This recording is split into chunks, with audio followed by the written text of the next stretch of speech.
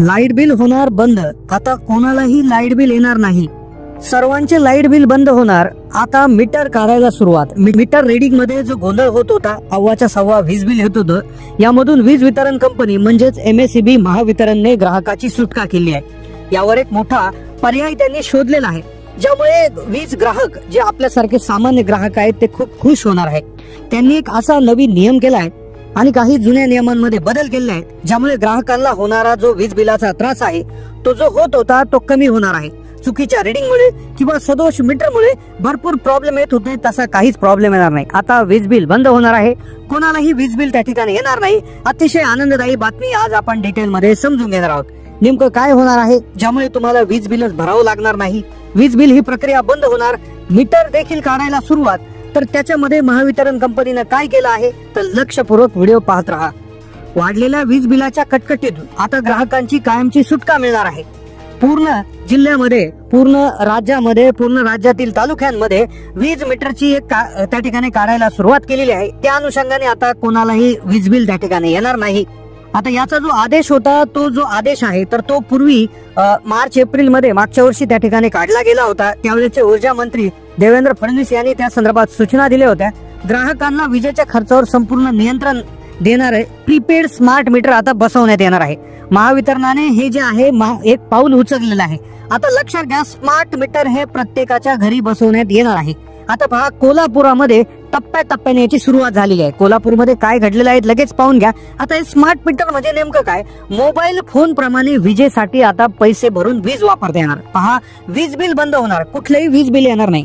विजेसाठी किती खर्च करायचा हे ग्राहकांना निश्चित करता येणार. आता पहा, कोल्हापूरमध्ये काय झालंय, आता हे स्मार्ट मीटर जर बसवलं, जर आता रिचार्ज करावं लागणार. जेवढ्याचा रिचार्ज तेवढीच वीज तुम्ही वापरू शकता. रिचार्ज संपलं का वीज बिल, वीज बंद. रिचार्ज नाही केला तर वीज मिळणार नाही. तर अशी शंका त्यामध्ये होती. पण सगळ्यात आधी लक्षात घ्या की वीज प्रीपेड स्मार्ट मीटर जर तुमच्या घरामध्ये बसवलं तर काय होऊ शकतं की त्याचे सगळ्यात महत्वाचे जे फायदे आहेत ते एकदा लक्षात घ्या. वीज ग्राहकांना नवीन प्रीपेड मीटर मोफत देण्यात येणार आहे. विजेसाठी आवश्यक तेवढी रक्कम भरूनच वीज वापरता येईल, ज्यामुळे वीज वापरावर किती खर्च करायचा, किती वीज वापरायची याचं नियोजन शक्य करता येणार आहे. पहा, अनावश्यक विजेचा वापर टाळून आर्थिक बचत करता येणार.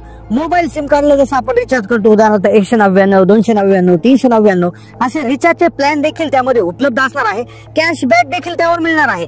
तुम्ही जसं सिम कार्डला रिचार्ज करतात तसाच रिचार्ज आता तुम्हाला प्रीपेड मीटरवर करावं लागेल आणि घर बसल्या ऑनलाईन उपलब्ध होईल. आता याच्यामधून काय होणार आहे की तुम्हाला दररोज समजणार आहे आपण किती वीज वापरली, किती वीज शिल्लक आहे, किती रक्कम शिल्लक आहे. रिचार्ज संपत आल्याची माहिती देखील मोबाईलद्वारे मिळत आहे. त्यामुळे आर्थिक नियोजन आता करणं शक्य होईल. आता कोल्हापुरामध्ये याची सुरुवात झाली. लक्षपूर्वक आहे का? आता सगळ्यात महत्वाचा प्रश्न असा येतो की रिचार्ज जर संपलं तर आमची वीज बंद होणार का? उदाहरणार्थ एखाद्याचं रिचार्ज रात्री 7 वाजता संपलं तर रात्रभर आम्हाला अंधारात बसावं लागेल का?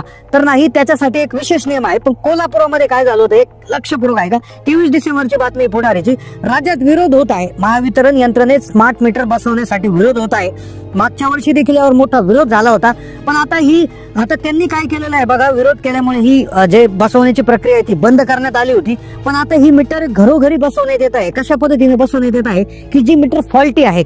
पहा, एखाद्याच्या घरी जर फॉल्टी मीटर असेल, कोल्हापुरातली बातमी आहे, फॉल्टी त्यांचे मीटर आहे तर तिथे पहिल्यांदा ही मीटर बसवण्यात आली आहे. म्हणजे उदाहरणार्थ तुमच्या घराचं मीटर फॉल्टी आहे, मीटर खराब झालं अशी जर तक्रार तुम्ही केली तर तुम्हाला त्या ठिकाणी वीज वितरणामार्फत प्रीपेड स्मार्ट मीटर तुमच्या घरामध्ये बसवण्यात येईल.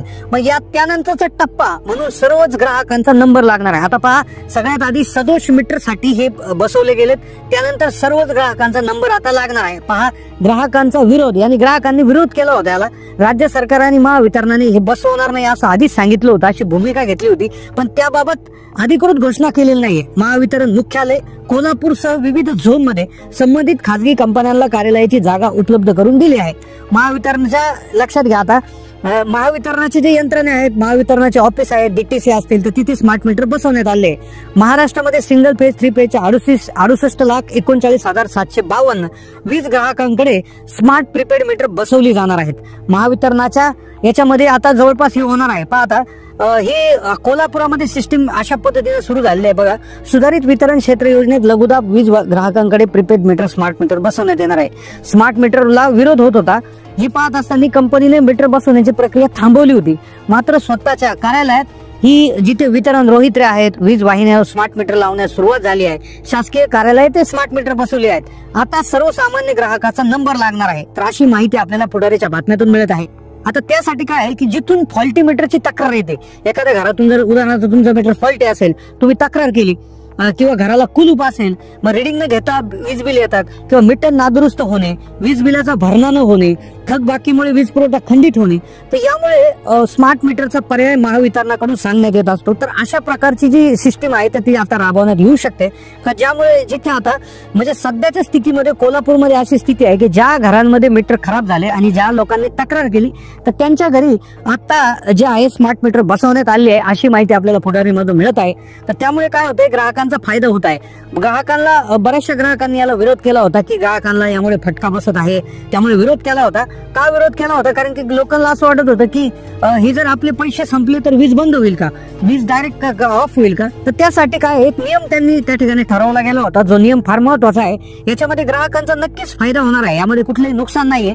लक्षात घ्या, रिचार्जची रक्कम उदाहरणार्थ आता आपलं रिचार्ज केलेलं असेल, उदाहरणार्थ आपण 200-500 रुपयाचं रिचार्ज केलं आणि आपण जास्त जर वीज वापरली, उदाहरणार्थ आपलं बजेट आपल्याला माहिती आहे की 1 महिन्याला आपण 500ची वीज वापरणार आहोत, पण बऱ्याच वेळा असं होईल की काही कारणास्तव घरात पाहुणे आले किंवा काही इश्यू झाला, जास्त लाईट वापरण्यात गेली, जास्त फॅन वापरण्यात गेला, तर त्यावेळेस काय होईल की आपलं रिचार्ज लवकर संपेल आणि ते जर अचानक संपलं, उदाहरणार्थ ते संध्याकाळी 7ला संपलं, ज्यावेळेस लाईटची खरी गरज आहे किंवा फुल उकाडा आहे उन्हाळ्यात, तर सकाळी म्हणजे ज्यावेळेस उन्हाचं ताण सुरू आहे, ज्यावेळेस फॅनची गरज आहे, एसीची गरज आहे, त्यावेळेस संपलं, तर मग काय होणार।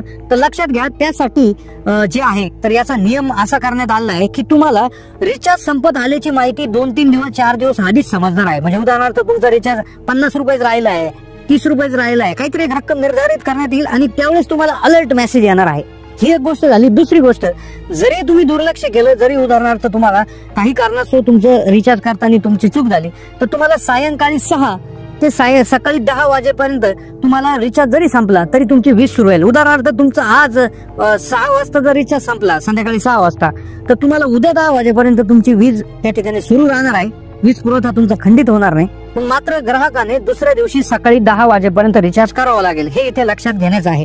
म्हणजेच काय होणार आहे की तुम्हाला आधी एक 12 तासांचा म्हणजे सकाळी संध्याकाळी 6 ते दुसऱ्या दिवशी म्हणजे 14 ते 15 तासाचा तुम्हाला एक त्या ठिकाणी अवधी देण्यात येईल। तेवढ्या अवधीमध्ये तुमचा वीज पुरवठा खंडित होणार नाही, तुम्हाला रिचार्ज करावं लागेल आणि रिचार्ज संपल्यानंतर मग जी काय मग तुम्ही त्या काळात जी वीज वापरली असेल तर त्याची रक्कम तुम्ही जर रिचार्ज केल्यानंतर जी काही रक्कम तुम्ही भरली त्याच्यातून ती कपात करण्यात येईल। तर अशा पद्धतीने त्याचं जे आहे ते वितरण होणार आहे।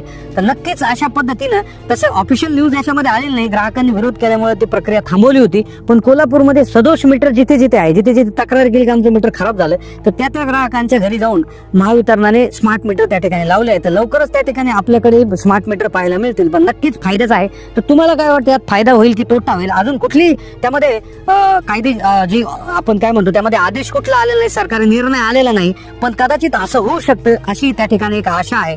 तर नक्कीच तुम्हाला काय वाटतं कमेंट करा। धन्यवाद।